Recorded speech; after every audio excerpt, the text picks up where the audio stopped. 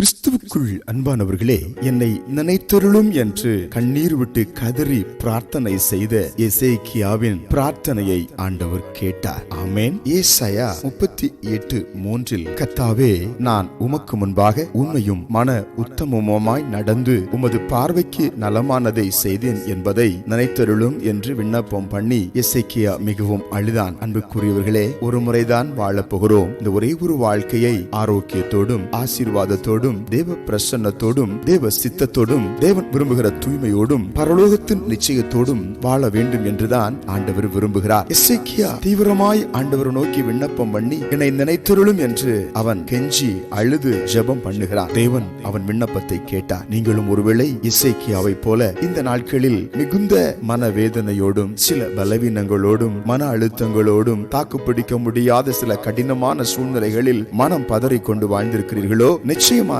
எசேக்கியாவுக்கு மனம் இறங்கின தேவன் உங்களுக்கு மனம் இறங்குவார். நாமும் எசேக்கியாவை போல உத்தமமாய் உண்மையாய் ஆண்டவரை நேசிப்போம், அவருக்கு முன்பதாய் வாழ்வோம். நிச்சயமாய் கர்த்தர் உங்களுக்கு மனம் இறங்குவார். விண்ணப்பங்களின் சத்தத்தை அவர் தள்ளாமல் விண்ணப்பத்தை கேட்டு மனதுருகி உங்கள் தேவைகளை அவர் நிறைவேற்றுவார். உங்கள் கண்ணீரை அவர் துடைப்பார். கலங்காதிருங்கள். எசேக்கியாவின் வாழ்க்கையில் தீபத்தை ஏற்றி வைத்த தெய்வம் உங்கள் வாழ்க்கையிலும் அதை செய்வார். ஜெபிப்போம். எங்கள் பரலோகத்தின் பிதாவே, இந்த காலை நேரத்திலும் கூட கண்ணீர் விட்டு அழுது கொண்டிருக்கிற உம்முடைய பிள்ளைகளுடைய கண்ணீரை தேவன் துடைக்கிறதுக்காய் ஸ்தோத்திரம். அற்புதம் செய்கிறதுக்காய் ஸ்தோத்திரம். இயேசுவின் நாமத்தில் ஆமென்.